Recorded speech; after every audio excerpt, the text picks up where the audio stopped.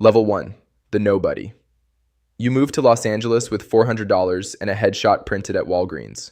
You don't know anyone. You have no agent. You have no contacts. You have a gym bag, a futon in a shared apartment, and a belief so strong it almost feels like a plan. You get a job waiting tables within 3 days. The restaurant is in West Hollywood. Half your coworkers are actors too. You share audition tips between orders. You cover each other's shifts when callbacks come up. Nobody talks about how long they've been here. That number tends to embarrass people. You submit yourself to casting websites for free. You send your headshot to agencies that don't reply. You show up to open auditions where 300 people are waiting outside a door you are not allowed to use yet. You get rejected constantly. Not dramatically, not with mean words, just silence. No email, no call, nothing. You existed in a room for 4 minutes and then you stopped existing. Here's what nobody tells you at this level. The people who quit are not the ones with less talent. They are the ones who ran out of money first. Hollywood doesn't reward the best. It rewards whoever can stay the longest. You stay. Level 2, the background extra. Your first real set pays you $84 for 12 hours of work. You are a person walking past a coffee shop window. You will appear on screen for 2 seconds. You will be slightly out of focus. Your own family will not recognize you. You do it anyway. You show up at 5 a.m. You sit in a holding tent with 200 other people who are also slightly out of focus. You eat the free breakfast. You wait. You walk past the window 11 times because the director keeps resetting the shot. But you are watching. You study how the real actors move. You notice how they find the light without looking for it. You notice how they make it look easy. You notice the difference between someone performing and someone living. You do background work for 8 months. Funerals, diners, hospital waiting rooms, street crowds. You become furniture that breathes. Here's the secret nobody talks about. Background work is not nothing. It is a free masterclass in how a set operates. By the time you get a real role, you will already know where to stand, how to move, and how not to panic under pressure. Other people will waste that first real opportunity being confused. You will not be confused. Level 3, the day player. Your first line is 4 words. He went that way. You rehearse it in the mirror for 2 weeks. You try 12 different versions. You record yourself. You watch it back. You delete the recordings because they make you cringe. On set, you say the line once. The director says good and moves on. Your entire scene is done in 6 minutes. You drove 45 minutes to get here. You will appear on screen for about 8 seconds, but those 8 seconds have your name attached to them. A real credit, something that proves you exist in this industry. More small parts come in. A detective asking a question, a nurse giving bad news, a bartender with one opinion. None of them have names, but casting directors are starting to remember your face. That is everything at this stage. You are not invisible anymore. You are a ghost becoming visible. Level 4, the indie breakout. A director nobody has heard of offers you the lead in a movie nobody will distribute. The budget is $200,000. You will shoot in 20 days. Half the crew is doing 2 jobs at once. There are no trailers. Lunch is sandwiches from a cooler. You say yes immediately. The role is the hardest thing you have ever done. The character is broken in ways that scare you. The director pushes you past comfortable. Some days you drive home shaking. Some days you cannot stop laughing. You stop knowing where the character ends and you begin. The movie gets into a film festival, a small one, then a bigger one, then the biggest one. A critic uses the word luminous. You look it up to make sure it's a compliment. Your follower count doubles overnight. Agents who never returned your emails are now calling you. You do not call them back right away. You wait 3 days. That is the first time you have had any power in this industry. Enjoy it. It won't always feel like this. Level 5, the supporting player. A major studio film casts you in a supporting role. 6th billing, your name appears below the title. The set is a different planet. There are trailers. There are assistants. There is a specific person whose only job is to keep your coffee at the right temperature. This detail will feel absurd for exactly 1 week. Then it will feel normal. That scares you a little. You share scenes with an actor you have watched your entire life. They are shorter than you expected. They are also kinder than you expected. They give you notes quietly, between takes, so the crew cannot hear. You will think about those notes for the rest of your career. The movie opens huge. Your scenes get their own fan edits online. Someone makes a compilation of just your reactions. It has 4 million views. You are not the star. You're not even close to the star, but people are coming for you. Here's the thing, nobody in Hollywood says out loud. Supporting roles are where real actors live. They have all the freedom and none of the pressure. The lead carries the film. You get to do the interesting work. Your next offer is for a lead role. Level 6, the lead.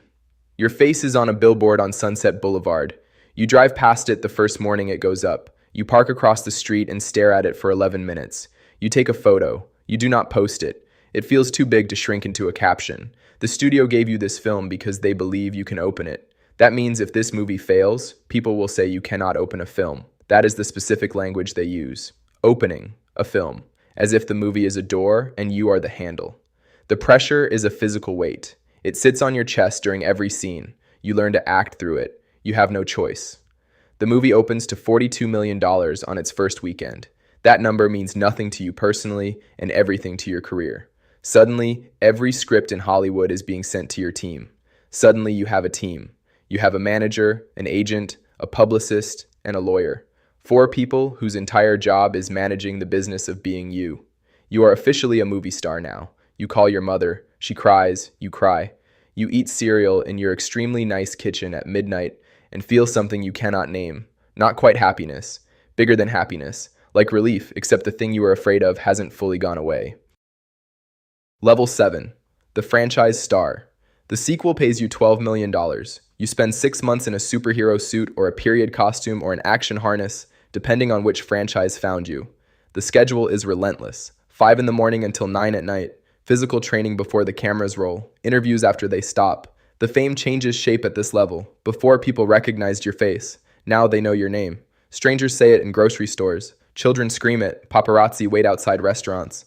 You learn to take a different exit. You learn which cities are worse than others. You learn to stop going out on weekends. A tabloid invents a story about you. You read it. Half the people who see it believe it. You are told not to respond. You don't. But it lives in your head for months. Here's what they don't tell you about this level. The money is real, but so is the cage. Every decision, where you eat, who you date, what you say at an awards show, becomes content.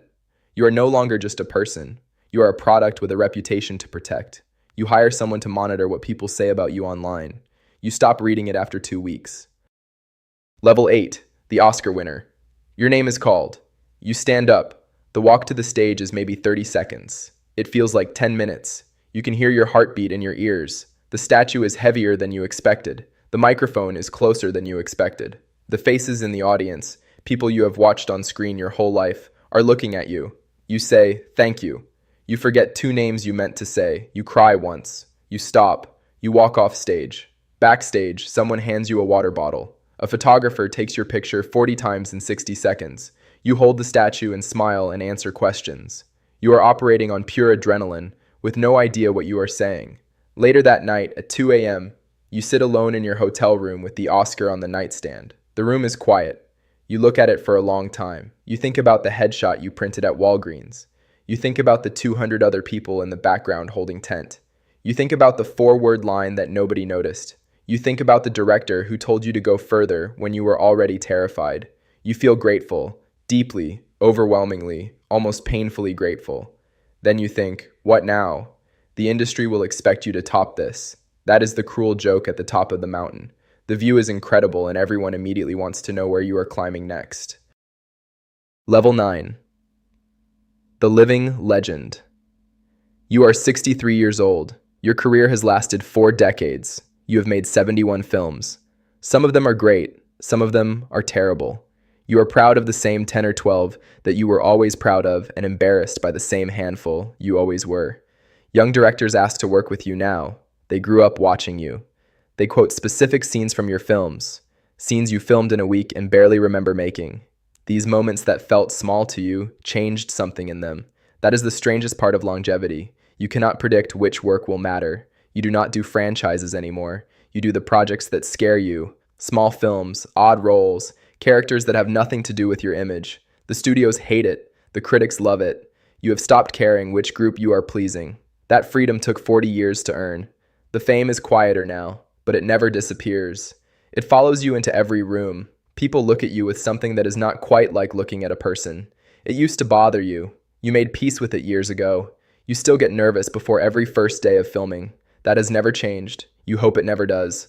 The day you stop being nervous is the day you stop caring, and the day you stop caring is the day the work dies. You give a master class at a film school. 70 students sit in folding chairs and watch you with the exact expression you used to wear when you looked at people you wanted to become. You tell them the truth. Most of them will not make it. Not because they lack talent. Because this life asks for something beyond talent. It asks for the ability to fail in public, repeatedly, without letting it end you. It asks for patience measured in years, not months. It asks for a love of the work that survives the rejection of the work. Most people's love doesn't survive that, you say. Find out if yours does. After the class, a young woman stops you at the door. She moved to Los Angeles 3 months ago. She has $400 left. She has a headshot. She has a shift at a restaurant tomorrow morning. She asks if it was worth it. You look at her for a moment. You say yes. You do not tell her how much it costs. She will find out. They always do. But she is already in it, already becoming what this city either breaks or builds, already figuring out if her love of this is the kind that survives. You were her once.